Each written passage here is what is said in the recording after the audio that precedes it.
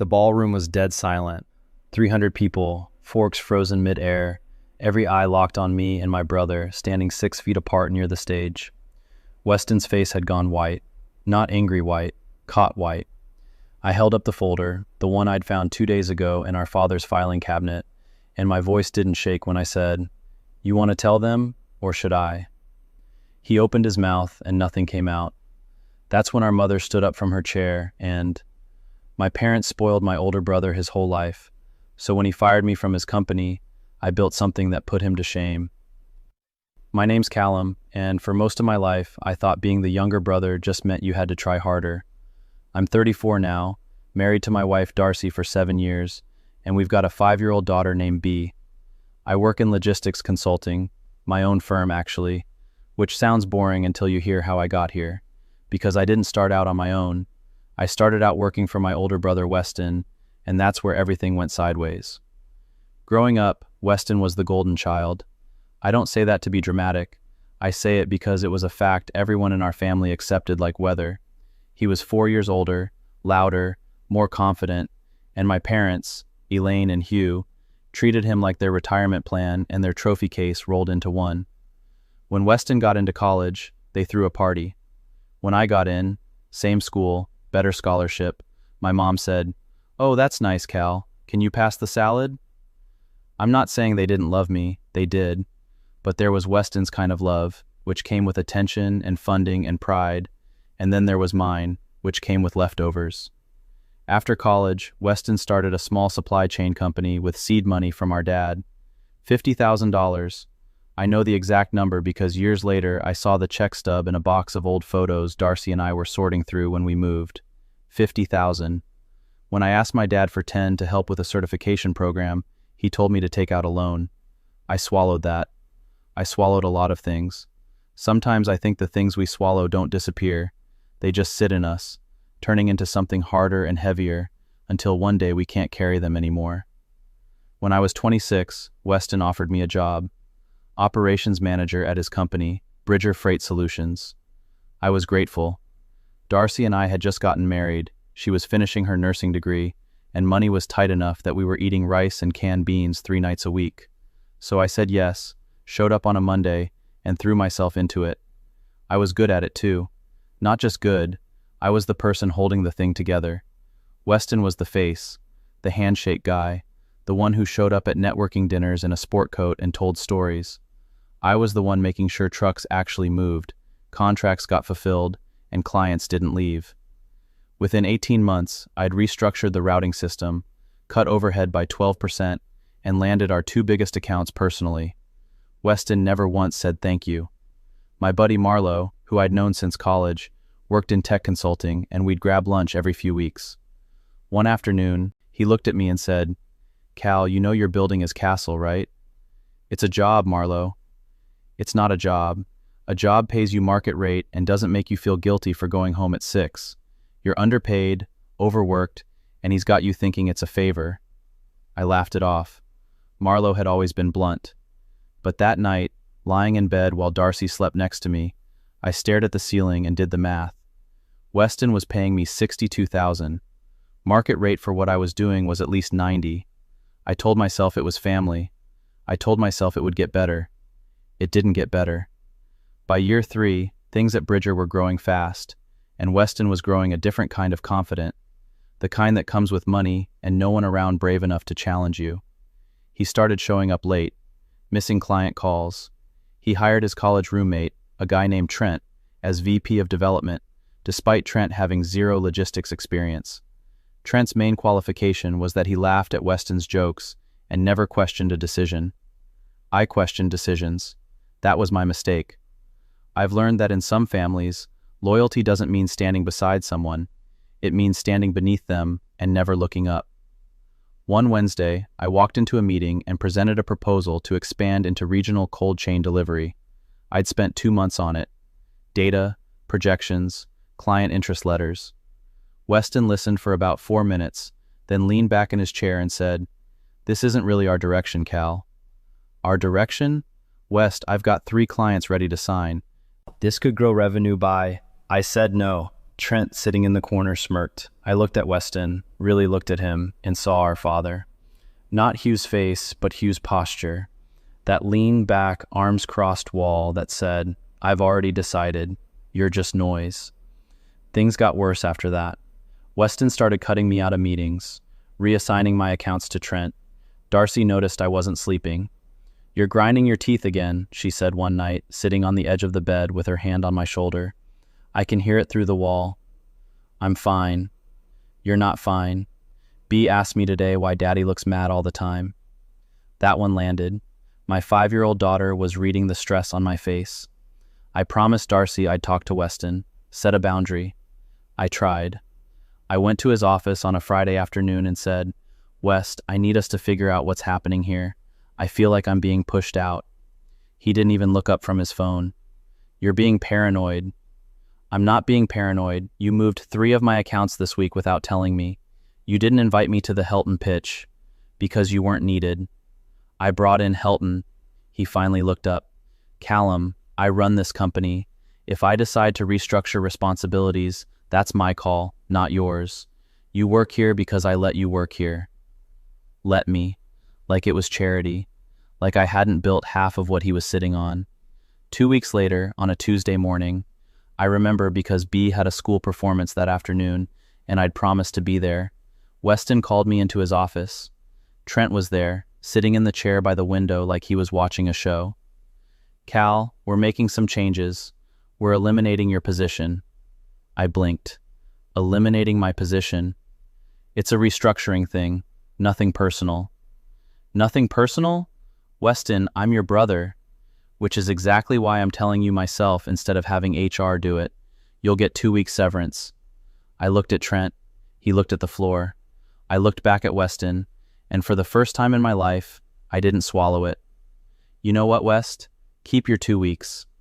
I walked out, drove to B's school, sat in a tiny plastic chair in a gymnasium, and watched my daughter sing a song about caterpillars, and I cried so quietly that the mom next to me handed me a tissue without saying a word. There's a specific kind of grief that comes from realizing the person you defended your whole life never once thought you were worth defending back.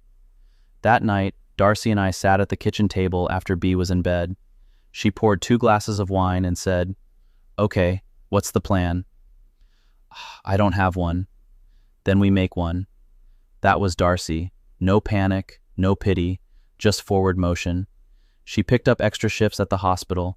I cashed out a small retirement account, the only savings we had, and called Marlowe. "I want to start my own firm," I said. "Finally," he said. "What do you need?" Marlowe didn't invest money. He invested time. He helped me build a business plan, connected me with 2 early clients from his network, and spent weekends at our kitchen table eating Darcy's pasta while we mapped out a pitch deck on a whiteboard propped against the fridge. I called it Meridian Logistics. Small, lean, focused on the exact cold chain niche Weston had dismissed. The first 3 months were brutal. I was working 16-hour days from a folding table in our spare bedroom. Darcy would come home from the hospital at midnight and find me still there, surrounded by paper and cold coffee. She'd put her hand on the back of my neck and say, "Come to bed, Cal. It'll still be there tomorrow." And she was right. It always was. There was one week, early on, probably month 2, when I almost quit. A contract I'd been counting on fell through. The client called and said they were going with a bigger firm. I hung up, sat on the back porch in the dark, and just stared at nothing. Marlowe called because I hadn't answered his last 3 texts. "Talk to me," he said. "I'm not built for this." "You restructured an entire logistics operation in 18 months for a guy who didn't even pay you fairly. You're built for this. You're just scared, and that's not the same thing." I didn't say anything for a while. Then I said, "I don't want B to watch me fail." "She won't. And even if things get rocky, she'll watch you try. That's better than what Weston ever showed anybody." I went back inside and opened my laptop. Within 6 months, I had 4 clients. Within a year, 11. I wasn't getting rich, but I was building something real, and nobody could fire me from it. My parents' reaction was predictable. My mom called me 2 months after I started Meridian. and said, "Callum, your brother's very hurt that you're competing with him." "I'm not competing with him, Mom. He fired me. He restructured. There's a difference." "Is there?" Silence. Then, "I just don't want this to tear the family apart." "It already did, Mom. You just weren't looking." She didn't call again for a while. Around that time, something happened that I didn't expect. Trent, Weston's Golden Boy VP, reached out to me, not to apologize, not to make amends. He sent me a message that just said, "Hey Cal, can we talk?" Off the record, I almost deleted it. Darcy saw me staring at my phone and said, "Who is it?" "Trent." Her face hardened. "What does he want?" "I don't know." "Then find out, but don't trust him." I met Trent at a diner on a Saturday morning. He looked different, thinner, darker under the eyes. He ordered black coffee and didn't touch it. "Bridger's in trouble," he said. "Weston's been pulling money out of operating accounts for personal stuff. A boat, renovations on his house. He told the board it was reinvestment." "Why are you telling me this?" "Because I was in the room when he decided to fire you, and I didn't say a word. I've been carrying that. That's not my problem, Trent." "I know." He finally took a sip of his coffee. "I just thought you should know what you walked away from, and that it wasn't about performance. It was never about performance. He got rid of you because the clients liked you more than him, and he couldn't handle it." I sat with that for a long moment. Then I stood up, put a 10 on the table and said, "Thanks for the coffee." I didn't use what Trent told me. I didn't need to. The truth has a way of surfacing on its own. Sometimes the answers you spent years looking for show up at a diner table on a random Saturday, quiet, ugly, and too late to change anything. Months passed. Meridian grew. Darcy and I were still stretched thin. There were nights she came home from a 12-hour shift and found me still at the kitchen table with spreadsheets and cold coffee, but we were building something together. B started calling my office corner Daddy's Castle, and honestly, that's what it felt like. Then came the industry gala, annual logistics awards dinner, big room, important people. I'd been nominated for a newcomer award. Weston was there too, because Bridger had been nominated in a larger category. I hadn't seen him in almost a year. I used to think distance would make things easier, but some silences don't cool down. They just harden. The dinner was fine at first. I sat with Darcy and Marlo. My parents were at Weston's table across the room. My mom waved. My dad didn't look over. Then they announced my award, Newcomer of the Year. I walked up, shook hands, said something short about building things from the ground up. When I got back to my table, I saw Weston's face across the room. Not proud, not angry, jealous. After dinner, I stepped outside for air and found my father standing by the valet stand, hands in his pockets. "Good speech," he said. "Thanks, Dad. Your brother's having a hard time." I almost laughed. "He fired me. He's having a hard time?" "The company's struggling, Cal. He lost 2 big clients last quarter." "That's not my problem. He's your brother." "He was my brother when he handed me a box and told me to leave." My dad looked at me for a long moment and then said something I never expected. "I should have given you that 10,000. I didn't know what to say, so I just nodded and went back inside. That's when things shifted.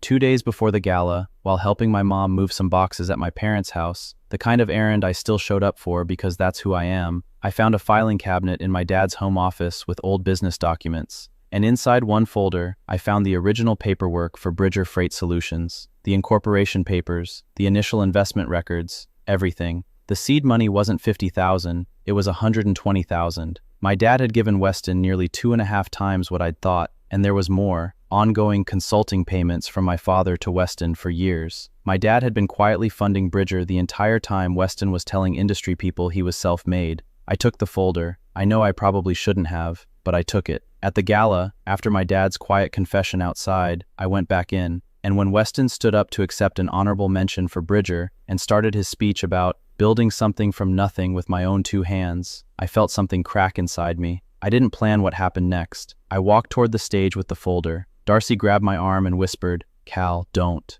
But the room was already watching. Weston saw me coming and stopped mid-sentence. 300 people, forks down, silence. "You want to tell them, or should I?" He went white. My mother stood up. "Callum, sit down." "No, Mom, not this time." I looked at Weston. 120,000 in seed money, consulting payments for 6 years. You didn't build anything from nothing. Dad built it for you, and you stood on his back and called yourself tall. The room didn't gasp. It just went very, very quiet. Weston's mouth opened, closed. Trent, somewhere in the crowd, stared at his plate. My mother sat back down slowly, like someone had pulled the air out of her. My father looked at the floor. I set the folder on the edge of the stage and walked back to my table. Darcy's hand found mine under the tablecloth. Marlo leaned over and whispered, "You good?" "No," I said, "but I'm done pretending." That was 3 years ago. Meridian has 32 employees now. Bridger still exists, but it's half the size it was. Weston and I don't speak. My parents and I have a careful, limited relationship. Birthday calls, holiday cards, short visits where nobody mentions business or money. My mom sent Bea a doll last Christmas. That felt like enough. Marlo became my business partner officially last year. Darcy finished her nurse practitioner degree. Bea is 8 now and tells everyone her dad helps trucks find their way home, which is the best job description I've ever heard. I don't regret what I did at that gala, but I'd be lying if I said it didn't cost me something. There's a version of my family that doesn't exist anymore, the version where we all pretend everything's fine over Thanksgiving dinner and nobody says what they actually feel. That version was a lie, but it was warm. And sometimes, late at night, I miss the warmth more than I miss the truth. That's the thing about standing up for yourself. It doesn't always feel like victory. Sometimes it just feels like a door closing behind you that you know you'll never walk through again. Have you ever had to choose between keeping the peace in your family and finally saying what needed to be said? I'd really love to hear your story. Drop it in the comments. And if this one hit close to home, go ahead and smash that like button and subscribe.